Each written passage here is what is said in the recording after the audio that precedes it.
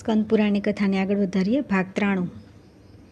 ઉજ્જૈની પુરીમાં કનકશૃંગા વગેરે નામ પડવાના કારણ. વ્યાસજીએ પૂછ્યું કે હે ભગવાન, આ મહાકાલ વનમાં કેટલા તીર્થ અને શિવલિંગ છે એ જણાવવાની કૃપા કરો. સનતકુમારજીએ કહ્યું કે હે વ્યાસ, મહાકાલ વનમાં 60 કોટી સહસ્ત્ર અને 8 કોટી શતતીર્થ છે તથા શિવલિંગોની તો કોઈ ગણતરી જ નથી. સકામ યા નિષ્કામ ભાવ રાખનાર જે મનુષ્ય આ સુંદર મહાકાલમાં જન્મ લે છે તે ભગવાન શિવના ધામમાં પ્રતિષ્ઠિત થાય છે. હે બ્રહ્મન, બધા તીર્થ અને બધા સિદ્ધ ક્ષેત્ર બધી રીતે પવિત્ર અને પુણ્યજનક છે. તે બધામાં આ મહાકાલ તીર્થ અને ક્ષેત્ર મુખ્ય છે. વ્યાસજીએ પૂછ્યું કે હે મુને, ઉજ્જૈની પુરીનું નામ પહેલા કનકશૃંગા કેમ થયું, પછી તેનું નામ કુશસ્થળી કઈ રીતે થયું, આગળ જતા અવંતી નામ કઈ રીતે પડ્યું, પદ્માવતી અને ઉજ્જૈનના નામનો પણ હેતુ શું છે, આ બધું જણાવો. સનતકુમારજીએ કહ્યું કે એકવાર મહાદેવજી તથા બ્રહ્માજી સુવર્ણમય શિખરોવાળી અદ્ભુત પુરીના દર્શન કરવા માટે પૃથ્વી પર આવ્યા. અહીં આવીને તેમણે સંપૂર્ણ વિશ્વના સ્વામી ભગવાન વિષ્ણુરૂપને નમસ્કાર કર્યા. વિષ્ણુરૂપે પણ વિધિ અને આદર સાથે સેવકો સહિત તે બંનેના સ્વાગત સત્કાર કર્યા અને પૂછ્યું કે હે મહેશ્વર તથા બ્રહ્માજી, આપ બંને પોતાના સેવકો સાથે દેવલોકમાંથી પૃથ્વી પર કેમ પધાર્યા છો? આ સાંભળીને બ્રહ્મા અને મહાદેવજી બોલ્યા કે પ્રભુ, જ્યાં આપ બિરાજમાન છો ત્યાં અમને બંનેને પણ સ્નેહ છે. આપ વિના અમને સ્વર્ગ, પૃથ્વી અથવા પાતાળમાં પણ સુખ નથી. હે ભગવાન, આપ આ સુવર્ણમય શિખરવાળી વિચિત્ર નગરી ક્યારે વસાવી?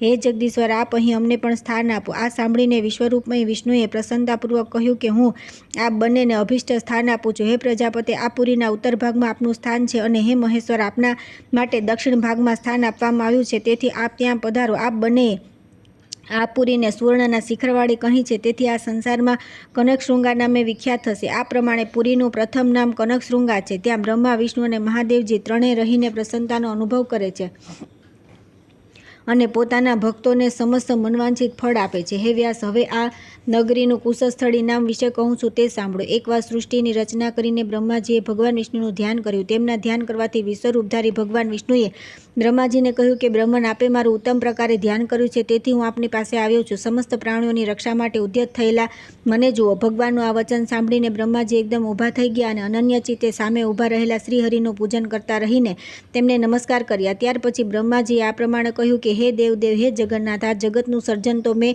કરી દીધું, પરંતુ આપની કૃપા સાથેના સહયોગ વિના એનું સ્થિર થવું સંભવ નથી. આપ જ આ સંસારના શાસક અને પાલક છો, તેથી આપ જ આને અનુશાસનમાં રાખો. યક્ષ, નાગ, રાક્ષસ, દેવતા, દાનવ, ગંધર્વ આ બધા પરસ્પર એકબીજાને મારે છે. આ બધાની રક્ષા કરવામાં માત્ર આપ જ સમર્થ છો. આપ સર્વમાં પ્રવેશ કરનારા અને સર્વત્ર વ્યાપક છો. એટલા માટે મુનીશ્વરોએ આપને વિષ્ણુ કહ્યા છે. આપે જ પોતાનામાં સંપૂર્ણ વિશ્વને વસાવ્યું છે, તેથી આપ વાસુદેવ કહેવાઓ છો. સમસ્ત સંસાર આપનો અનુગામી છે. આપ વિભુ છો, સંપૂર્ણ જગતના રાજા છો. અખિલ વિશ્વ આપના માટે સેના જેવું છે, તેથી આપ વિશ્વસેન છો. આ ચરાચર જગતને પોતાના તરફ આકૃષ્ટ કરવાના કારણે આપને લોકો શ્રીકૃષ્ણ કહે છે. હે દેવ, આપે ત્રણેય લોકને જીતી લીધા છે, તેથી આપ જિષ્ણુ છો. આપ જ આ સંપૂર્ણ જગતના આદિ રાજા થાઓ. આપનું સિંહાસન અદ્વિતીય છે. આપના હાથમાં દક્ષિણાવર્ત શંખ છે, તે કારણે આપ પુરુષોત્તમ છો. આપની પાસે સદા સુદર્શન ચક્ર વિદ્યમાન રહે છે, તેથી આપ ચક્રી છો. આપની ધજામાં ગરુડનું ચિહ્ન છે તથા સુવર્ણ જેવી પાંખવાળા ગરુડજીના આપના વાહન છે. કિરીટ, પાદક, ભુજબંધ, કર્ણપુષ્પ, કેયુર, હાર, શ્રેષ્ઠ સુવર્ણ સૂત્ર, વિચિત્ર વસ્ત્ર, ઉત્તરીય તથા લાલ રંગની માળાઓથી આપ વિભૂષિત થાઓ. લક્ષ્મી સદા આપની સાથે રહે. આપનું ઐશ્વર્ય અનંત છે. હે મુકુંદ, આ જગતમાં સાધુ પુરુષોની આપના પ્રત્યે ભક્તિ છે. આપ ભક્ત પર પ્રસન્ન થાઓ. સનતકુમારજી કહે છે કે બ્રહ્માજીએ આ પ્રમાણે સ્તુતિ કરવાથી ભગવાન વિષ્ણુ પ્રસન્ન થઈને દેવતાઓની વચ્ચે આ પ્રમાણે બોલ્યા કે હે વિરંચી, મને કોઈ શુદ્ધ મંડળ બતાવો જે આપનાથી અલગ ન હોય અને જ્યાં સ્થિરતાપૂર્વક સ્થિત થઈને હું જગતની રક્ષા કરી શકું. ત્યાર પછી બ્રહ્માજીએ દર્ભની એક મુઠ્ઠી લીધી અને તે અત્યંત ઉન્નત સ્થળ ભૂમિ પર બિછાવીને ભગવાન વિષ્ણુને કહ્યું કે હે દેવ, આપના માટે જ આ પવિત્ર મંડળ છે. દેવતાઓ દ્વારા પૂજિત થઈને આપ સદા અહીં વિરાજમાન રહો. આ કુશો પર બેસવાના કારણે આપ વિષ્ટર, શ્રવા અને કુશેશ્વર થશો. બ્રહ્માજીના આ પ્રમાણે કહેવાથી ભગવાન લક્ષ્મીપતિ ત્યાં કુશના આસન પર બેસી ગયા. ત્યાર પછી વિશ્વવિધાતા બ્રહ્મા અને પુરાણ પુરુષોત્તમ બંનેએ તે પુરીનું નામ કુશસ્થળી રાખી દીધું.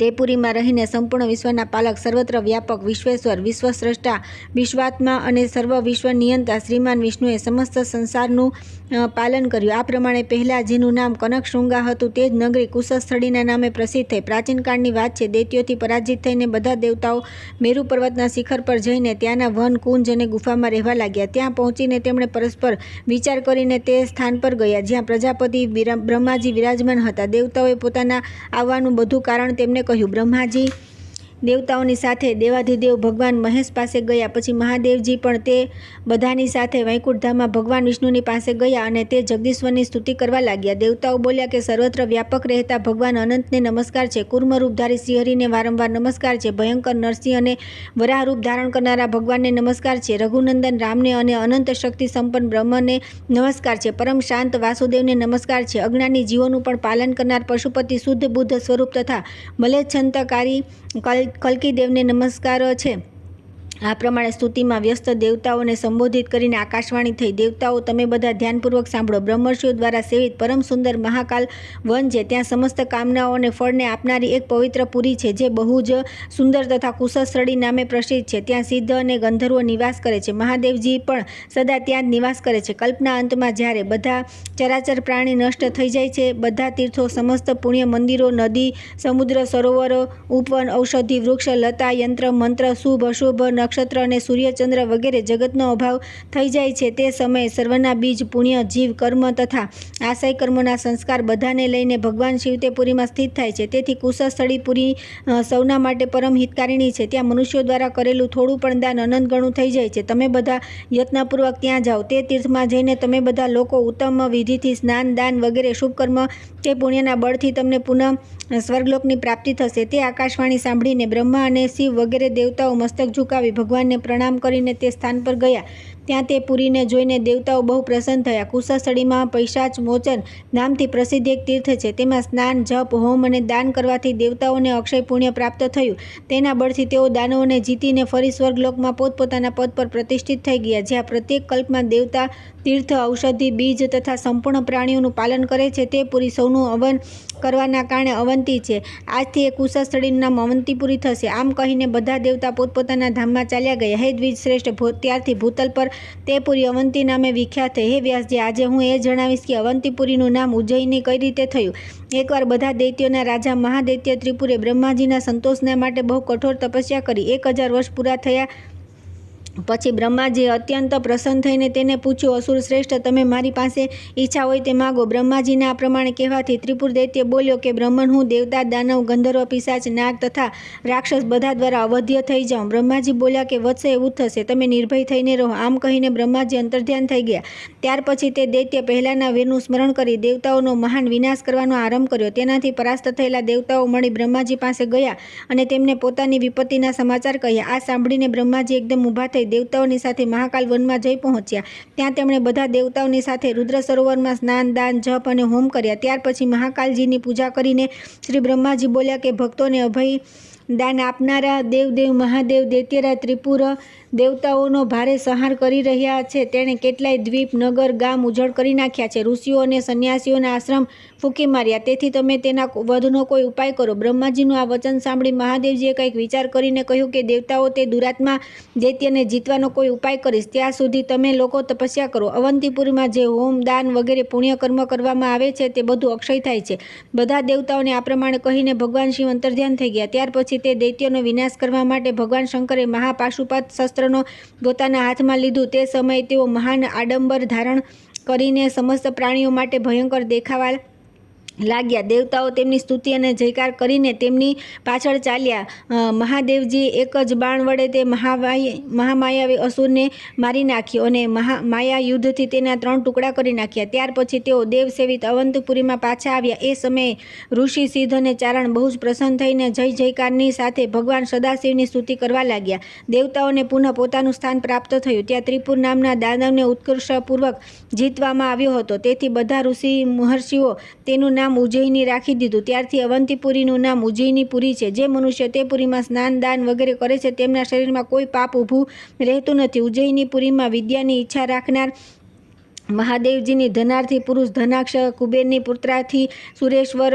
ઇન્દ્રની સુખાર્થી મનુષ્ય, દિનેશ્વર સૂર્યની ઉત્તમ બુદ્ધિ ઈચ્છનાર ગણેશની તથા પ્રિય વસ્તુની ઈચ્છા રાખનાર ભગવાન શેષની સ્તોત્રમય વાણી દ્વારા આરાધના કરી નિવાસ કરે. જે ભાગ્યશાળી મનુષ્ય સદા ઉજ્જૈનીમાં નિવાસ કરે છે તે મનોવાંછિત કામનાઓનો ઉપભોગ કરીને મૃત્યુ પછી ભગવાન શિવના ધામમાં જાય છે. હવે ઉજ્જૈની પુરીનું નામ પદ્માવતી પાડવાનું કારણ કહીશ. એકવાર દુષ્ટાત્મા દાનવો દ્વારા ધર્મની બહુ ભારે ક્ષતિ થઈ. ત્યારે સમસ્ત દેવતાઓએ દૈત્યોને મળીને સમુદ્ર મંથન કર્યું. તે સમયે સમુદ્રમાંથી મહાલક્ષ્મી પ્રાગટ્ય થયું.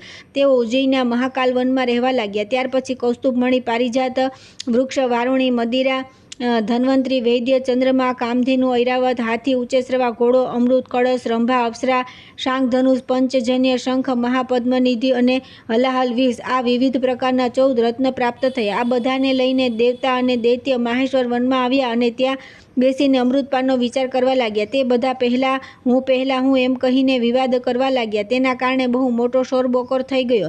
એ જ સમયે ત્યાં દેવર્ષિ નારદ આવ્યા. તેમણે બંને જૂથોનો ક્લેશ જોઈ ભગવાન વિષ્ણુની આરાધના કરી. ત્યારે ભગવાન શ્રીહરિ સૌને મોહિત કરનારી નારીનું રૂપ લઈને ત્યાં આવ્યા. તે સુંદરીને જોઈને તે મહાદૈત્ય કામદેવના વશમાં થઈ ગયા. તે સમયે શ્રીહરિએ પોતાના હાથનું કૌશલ દેખાડીને દૈત્યોને મદિરા અને દેવોને અમૃત કળશ આપી દીધો. રાહુ નામનો દૈત્ય દેવતાઓ જેવું રૂપ ધારણ કરીને તેમની વચ્ચે બેસીને અમૃતપાન કરવા લાગ્યો. આ જાણીને ભગવાન વિષ્ણુએ તરત જ ચક્રથી તેનું માથું કાપી નાખ્યું, પરંતુ અમૃતનો સ્પર્શ થઈ જવાના કારણે તે અસુરનું મૃત્યુ ન થયું. તે ત્યાં જ મહાકાલ ક્ષેત્રમાં રાહુ અને કેતુ નામે વિખ્યાત થયા. ત્યાર પછી મહાકાલ ક્ષેત્રમાં દેવતાઓએ તે રત્નોને પરસ્પર વહેંચી લીધા, જેથી તેઓ રત્નભોગી થયા. મોહિની દેવીએ કૌસ્તુભમણિ, લક્ષ્મી, શાંખ, ધનુષ તથા પંચજન્ય શંખ આ 4 વસ્તુઓ ભગવાન વિષ્ણુને આપી. ઉચેશ્રવા ઘોડો સૂર્યને આપ્યો. ગજ શ્રેષ્ઠ ઐરાવત ઇન્દ્રને આપ્યો.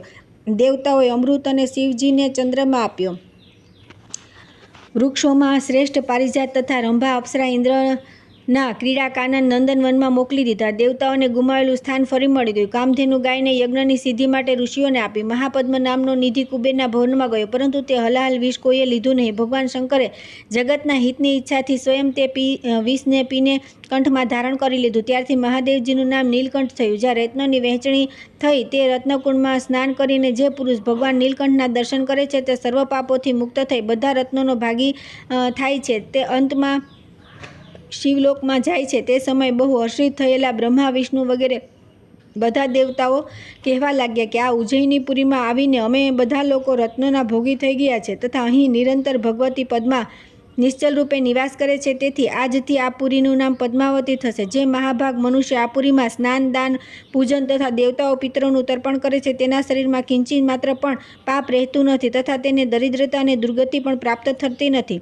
સનતકુમારજી કહે છે કે હે વ્યાસ, એકવાર મહર્ષિ લોમેશ પોતાનો અનુભવ આ પ્રમાણે કહ્યો. લોમેશજી બોલ્યા, એકવાર હું તીર્થયાત્રાના પ્રસંગમાં કુશસ્થળીમાં ગયો. ત્યાં ભગવાન મહેશ્વરના દર્શન માત્રથી મારા બધા રોગ, સમસ્ત ચિંતાઓ નષ્ટ થઈ ગઈ અને હું નિર્મળ થઈ ગયો. ત્યાં જ દીર્ઘકાળ સુધીની તપસ્યા કરી હું જરા, વૃદ્ધત્વ અને રોગથી રહિત દીર્ઘાયુ થયો. મેં ત્યાંના બધા તીર્થોમાં સ્નાન કર્યું અને પવિત્ર અને એકાગ્રચિત થઈને સમસ્ત પાપોથી રહિત થઈ ગયો. તે તીર્થમાં પાર્વતીજીની સાથે ભગવાન શંકર સદા નિવાસ કરે છે. તેમનું શ્રી અંગ ચંદ્રમાના મુગટથી સુશોભિત છે. તેમણે અંગોમાં ચિત્તાની ભસ્મ ધારણ કરી છે. તેઓ બધી બાજુથી ચંદ્રકળાની અદ્ભુત ચાંદનીથી શોભી રહ્યા છે અને તેથી ત્યાં કૃષ્ણ પક્ષ, અમાવસ્યા તિથિ અને અંધકાર કદી ન થયો. ત્યાંની નદીઓ, સરોવર, વાવડીઓ તથા બધા જળાશયો કુમુદિનીથી વ્યાપ્ત હોય છે અને તેમનાથી આચ્છાદિત પૃથ્વી ચાંદનીમાં ડૂબેલી હોય એવી લાગે છે. ત્યાં બધી કુમુદિની ખીલેલી રહે છે. તેથી તે પદ્માવતી પુરીનું નામ કુમુદવતી થઈ ગયું. જે મનુષ્ય એકાગ્રચિત્તે કુમુદિતીપુરીમાં શ્રાદ્ધ કરે છે તેમના પિતરો કદી સ્વર્ગમાંથી નીચે પડતા નથી. ત્યાંનું શ્રાદ્ધ અક્ષય થાય છે. હે વ્યાસ, આ કુશસ્થળીપુરી કઈ રીતે અમરાવતીના નામે પ્રસિદ્ધ થઈ તે પ્રસંગ સાંભળો. એકવાર મુનિશ્રેષ્ઠ મરીચી નંદન કશ્યપજીએ પોતાની પત્ની સાથે પરમ સુંદર મહાકાલ વનમાં કઠોર તપસ્યા કરી. તપસ્યા કરતાં જ્યાં 1000 વર્ષ પૂરા થઈ ગયા ત્યારે આકાશવાણી થઈ, દ્વિજશ્રેષ્ઠ, તમે ફળની અપેક્ષાએ આ તીવ્ર તપસ્યા કરી છે. તેથી જ્યાં સુધી સૂર્ય અને ચંદ્રમા રહેશે ત્યાં સુધી આ પૃથ્વી પર તમારી સંતતિ રહેશે. તમારી પતિવ્રતા પત્ની અદિતિએ પણ તમારી સાથે તપસ્યા કરી છે. તેથી એ યશસ્વીની દેવી સદા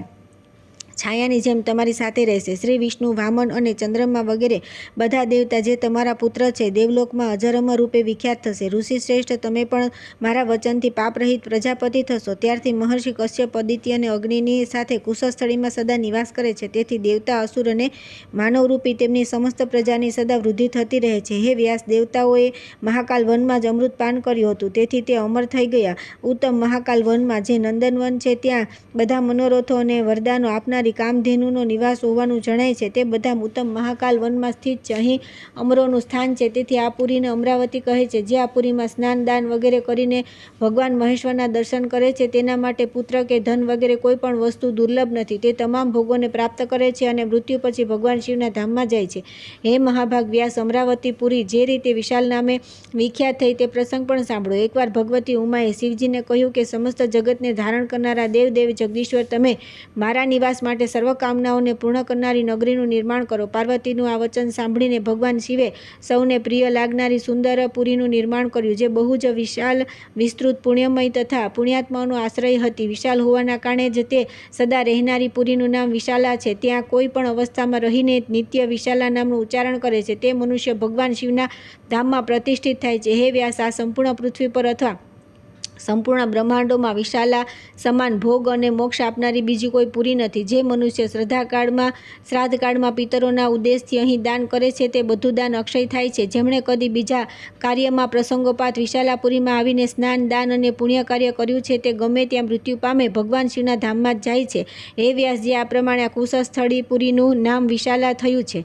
ત્યાર પછી આવે છે કાષ્ટા, કલા વગેરે કાલમાન, યુગ અને કલ્પભેદ તથા પ્રતિકલ્પ પુરીનું મહાત્મ્ય. સનતકુમારજી કહે છે કે હે વ્યાસ, 15 નિમેષોની એક કાષ્ટ થાય છે, 30 કાષ્ટોની એક કલા થાય છે, 30 કલાઓનું એક મુહૂર્ત થાય છે અને 30 મુહૂર્તના એક દિવસ રાત થાય છે. એવું મનીષી પુરુષોનું કથન છે. ચંદ્રમા અને સૂર્યની ગતિ પણ જણાવવામાં આવે છે. સૂર્યની ગતિ વિશેષથી મનુષ્યનો દિવસ રાત થાય છે. 15 દિવસ રાતનો એક પક્ષ થાય છે, 2 પક્ષોનો એક માસ અને 2 માસની એક ઋતુ થાય છે, 3 ઋતુઓનું એક અયન થાય છે, 2 અયનનું એક વર્ષ થાય છે. દક્ષિણાયન અને ઉત્તરાયણ આ 2 અયન છે. આ ગણતરી અનુસાર જે 2 પક્ષોનો માસ થાય છે તે પિતરોના એક દિવસ રાત છે. શુક્લ પક્ષ તેમનો દિવસ અને કૃષ્ણ પક્ષ તેમની રાત્રિ છે. તેથી પિતૃઓનું શ્રાદ્ધ કૃષ્ણ પક્ષમાં કરવામાં આવે છે. મનુષ્યોના કાલમાન અનુસાર જે એક વર્ષ થાય છે તે દેવતાઓના દિવસ રાત છે. ઉત્તરાયણ તેમનો દિવસ છે અને દક્ષિણાયન રાત્રિ છે.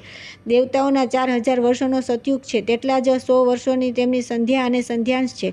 દેવતાઓના 3000 વર્ષનો ત્રેતા અને 100 વર્ષના તેના સંધ્યાકાળ અને સંધ્યાંશ થાય છે. 2000 વર્ષનો દ્વાપર છે અને 200 વર્ષના તેના સંધ્યા અને સંધ્યાંશ હોય છે. 1000 દિવ્ય વર્ષનો કળિયુગ હોય છે અને 100 વર્ષના તેના સંધ્યાંશ કહ્યા છે. આ પ્રમાણે ચારેય યુગની વર્ષ સંખ્યા દિવ્ય વર્ષ પ્રમાણે 12000 છે. સતયુગ, ત્રેતા, દ્વાપર અને કળિયુગ આ ચારેને એક ચતુર્યુગ કહે છે. 71 ચતુર્યુગનો એક મન્વંતર થાય છે. 1000 યુગનો બ્રહ્માજીનો એક દિવસ કહ્યો છે તેને કલ્પ કહે છે. એટલા જ યુગોની બ્રહ્માજીની રાત્રિ હોય છે. બ્રહ્માજી તે રાત્રિમાં પર્વત, વન અને જંગલો સહિત સમસ્ત પૃથ્વી જળમાં ડૂબી જાય છે.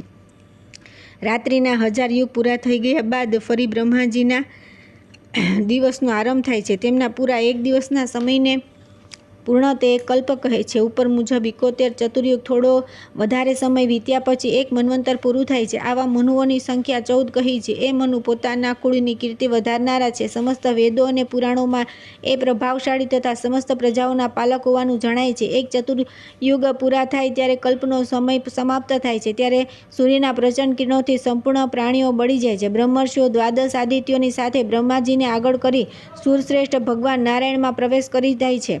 તે અવ્યક્ત સનાતન દેવ શ્રી હરિ જ બ્રહ્મા વગેરે રૂપમાં દરેક કલ્પમાં વારંવાર સમસ્ત પ્રાણીઓનું સર્જન કરે છે. આ સંપૂર્ણ જગત તેમનું છે. જેઓ જ પરમેશ્વર પરમ સુંદર મહાકાલ વનમાં બ્રહ્મા અને મહાદેવજીની સાથે નિવાસ કરે છે. ઉત્તમ મહાકાલ વનમાં પ્રલયકાળ પણ બધા પહોંચાડતા નથી. આ કુશસ્થળી પુરી કલ્પમાં અત્યંત મનોહર બનતી જાય છે. યુગ યુગમાં પાપ તાપથી રહિત, નિર્ભય અને નિર્વિકાર રહે છે. તે વ્યાસ પૂર્વકાળથી જ આ પ્રમાણે પ્રત્યેક કલ્પમાં સૃષ્ટિનો આરંભ થાય છે. વરાહ, વામન, વિષ્ણુ અને પિતરોમાં જે ભિન્ન ભિન્ન કલ્પ બતાવવામાં આવ્યા છે તે બધા આ કલ્પના અંતમાં મહાકાલ વનમાં પ્રારંભ થાય છે. આ વનમાં 84 કલ્પ વ્યતીત થઈ ગયા. તેથી તેટલા જ જ્યોતિર્લિંગ આ વનમાં વિરાજમાન છે. પૃથ્વી, સમુદ્ર અને પર્વત વારંવાર ઉત્પન્ન અને નષ્ટ થતા રહે છે. ભવિષ્યમાં પણ એ આ જ પ્રમાણે ઉત્પન્ન અને નષ્ટ થશે. પરંતુ આ પુરી અચળ માનવામાં આવી છે. તેથી નિરંતર અને બધા લોકોમાં આનો મહિમાનું ગાન કરવામાં આવે છે. આ દરેક કલ્પમાં અચળ રહે છે. તેથી આ પર પ્રતિકલ્પા નામે વિખ્યાત થશે. વૈશાખની પૂર્ણિમાએ પ્રતિકલ્પા પુરીમાં નદીમાં જઈને ભગવાન મહેશ્વરના દર્શન કરવા અને તેમને સ્નાન કરાવવું. જો મનુષ્ય કોઈ બીજા પ્રસંગે પણ ક્ષિપ્રા નદીમાં સ્નાન કરે છે તેની અંદર સહેજ માત્ર પણ પાપ રહેતું નથી અને તે વિષ્ણુલોકમાં જાય છે. પ્રત્યેક કલ્પ અને કલ્પાંતમાં અપુરી પોતાના પૂર્વરૂપમાં જ યથાવત રહે છે. તેથી બધા લોકોમાં પ્રતિકલ્પના નામે વિખ્યાત છે.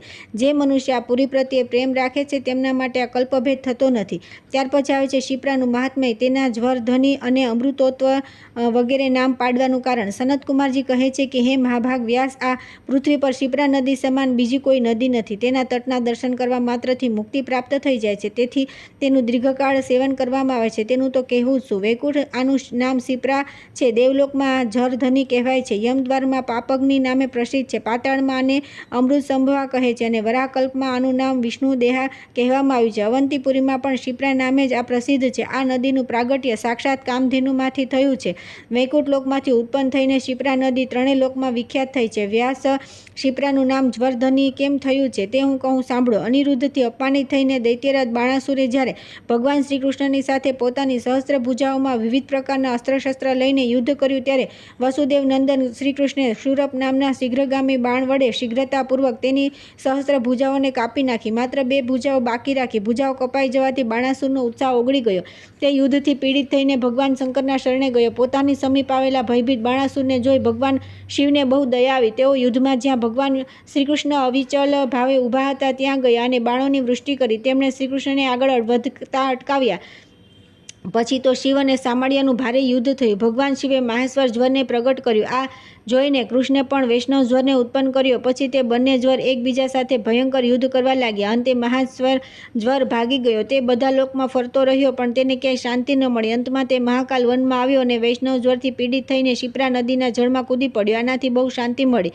માહેશ્વર જ્વરને શાંત થયેલો જઈને વૈષ્ણવ જ્વરે પણ ત્યાં જઈને ક્ષિપ્રાના જળમાં સ્નાન કર્યું. તે જળના પ્રભાવથી વિષ્ણુ અને શિવ બંનેના જ્વર શાંત અને વિનષ્ટ થઈ ગયા. તેથી ક્ષિપ્રા નદી બધા સમયમાં જ્વરનો તત્કાલ નાશ કરનારી છે. જ્વરથી પીડિત અને બહુ દુઃખી થયેલા મનુષ્યો એકાગ્રચિત્તે ક્ષિપ્રામાં ડૂબકી મારીને તેના તટ પર નિવાસ કરે છે. તેમને જ્વરના લીધે થતી પીડા કદી કષ્ટ આપતી નથી. હે મહામતે વ્યાસ, એક સમયની વાત છે. ભગવાન શિવ કપાલ હાથમાં લઈને નાગલોકની ભોગવતીપુરીમાં ભિક્ષા માટે ગયા અને ઘેર ઘેર ફરીને તેમણે ભિક્ષાનદેહી ભિક્ષા આપોનું રટણ કર્યું. પરંતુ તે ભૂખ્યા ભગવાન શિવને કોઈએ પણ ભિક્ષા ન આપી. ત્યારે તેઓ પુરીથી બહાર નીકળ્યા અને તે સ્થાન પર ગયા જ્યાં નાગલોકના સંરક્ષણમાં અમૃતના 21 કુંડ ભરેલા હતા. ત્યાં જઈને સર્વાંતર્યામી ભગવાન શંકરે પોતાના ત્રીજા નેત્રના માર્ગથી બધા કુંડનું અમૃત પી ગયા અને પછી ત્યાંથી ઉઠીને ચાલ્યા ગયા. આ જોઈને સંપૂર્ણ નાગલોક કંપી ઉઠ્યો અને બધા એકબીજાને પૂછવા લાગ્યા, આ કોનું કામ છે? કોણે શું કરી નાખ્યું છે જેથી આ કુંડોનું અમૃત અહીંથી ચાલ્યું ગયું? પરસ્પર આમ કહીને વાસુકી વગેરે બધા નાગ કોઈ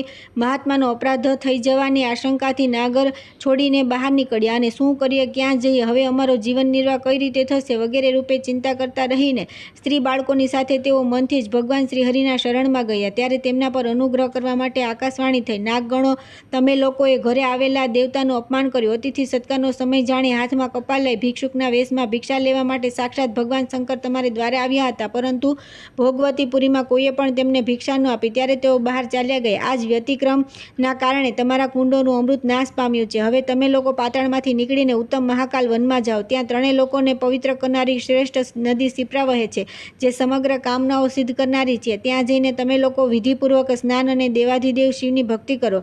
આ પ્રમાણે કરવાથી નાગલોકમાં તમારી નષ્ટ થયેલી અમૃત રાશિ પુનઃ પ્રાપ્ત થઈ જશે. આ આકાશવાણી સાંભળીને બધા નાગ, સ્ત્રી, બાળક અને વૃદ્ધોની સાથે મહાકાલ વનમાં ગયા. તેમણે તે ત્રિભુવન વંદિતા ક્ષિપ્રા નદીના દર્શન કર્યા. એનાથી તેમને બહુ પ્રસન્નતા થઈ અને ત્યાં સ્નાનાદિ કરીને તેમણે મહાદેવજીની આરાધના કરી. કદી મલિન ન થનારા કમળપુષ્પની માળા, વિવિધ પ્રકારના ફૂલ, અક્ષત, વસ્ત્ર, પુષ્પહાર, અનુલેપન, ચંદન, ગંધ, ધૂપ, દીપ, નૈવેદ્ય, તાંબુલ, દક્ષિણા અને કપૂરની આરતી વગેરે પૂજન સામગ્રી લઈને તેઓ બધા જ મહાદેવની સેવામાં ઉપસ્થિત થયા. તે સમયે અમૃતની ઈચ્છા રાખનાર નાગોએ ભગવાન શિવની પૂજા કરીને આ પ્રમાણે તેમનું સ્તવન કર્યું. નાગ બોલ્યા કે જેમનો ક્યાંય અંત નથી એવા બ્રહ્મ સ્વરૂપ શિવને નમસ્કાર છે. હે સર્વદેવમય શિવ, આપને વારંવાર નમસ્કાર છે. હે ચંદ્રચૂડ જગતનો જટાનો મુગટ ધારણ કરનારા, આપને નમસ્કાર છે. હે શંકરાત્મન, આપને નમસ્કાર છે. હે સર્વના સાક્ષી શંકર, આપને નમસ્કાર છે. સમસ્ત બીજોની ઉત્પત્તિના કારણભૂત મહાદેવ, આપને નમસ્કાર છે. હે અમૃતોનો સ્ત્રોત વહાવનાર ઈશ્વર, આપને નમસ્કાર છે. કમનીય કામ સ્વરૂપ આપને નમસ્કાર છે. હે સર્વ કામ વરપ્રદ આપને નમસ્કાર છે. શાંત સ્વરૂપ શિવને નમસ્કાર છે. પશુ અજ્ઞાની જીવોનું પાલન કરનારા ભગવાન પશુપતિને નમસ્કાર છે. હે મૃત સુખ સ્વરૂપ દાંત મન અને ઇન્દ્રિયોને વશમાં રાખનારાને શાંત સ્વરૂપ આપને નમસ્કાર છે. નાગો દ્વારા આ પ્રમાણે સ્તુતિથી પ્રસન્ન થયેલા ભગવાન શંકર પ્રત્યક્ષ દર્શન આપીને બોલ્યા, નાગગણ, કોઈ પૂર્વ પુણ્યના પ્રભાવથી તમે બધા નાગલોક છોડીને આ ઉત્તમ મહાકાલ વનમાં આવ્યા છો, અને બાળકો, સ્ત્રીઓ અને વૃદ્ધોની સાથે તમે સરિતાઓમાં શ્રેષ્ઠ એવી શિપ્રાના દર્શન કર્યા છે. તમે બધાએ શિપ્રામાં સ્નાન કર્યું છે, તેથી તેના પુણ્ય પ્રભાવથી તમારા ઘર ઘરમાં અમૃત પ્રાપ્ત થશે. તમે શિપ્રાનું જળ લઈને તે અમૃત કુંડોમાં છાંટી દો, તેથી તે બધા 21 કુંડ અમૃતથી ભરાઈ જશે અને સ્થિર થશે. ત્યારે તે નાગોએ બહુ સારું કહીને ભગવાન મહેશ્વરને પ્રણામ કર્યા અને પોતાના હાથોમાં શિપ્રા નદીનું જળ લઈને તેઓ નાગલોકમાં પાછા ગયા. ત્યારથી નાગલોકમાં શિપ્રાનું નામ અમૃતોદ્ધવા કે અમૃત સંભવા પ્રસિદ્ધ થયું. જે મનુષ્ય એમાં સ્નાન વગેરે પુણ્યકર્મ કરે છે, તેમનું પાપ શેષ રહેતું નથી, તથા તેમને કદી આપત્તિ અને દુર્ગતિ જોવી પડતી નથી. ત્યાર પછી આવે છે જય વિજયને સનકાદિનો શાપ, ભગવાનનો વરાહ અવતાર, વરાહના હૃદયમાંથી શિપ્રાની ઉત્પત્તિ તથા તેનું મહાત્મય.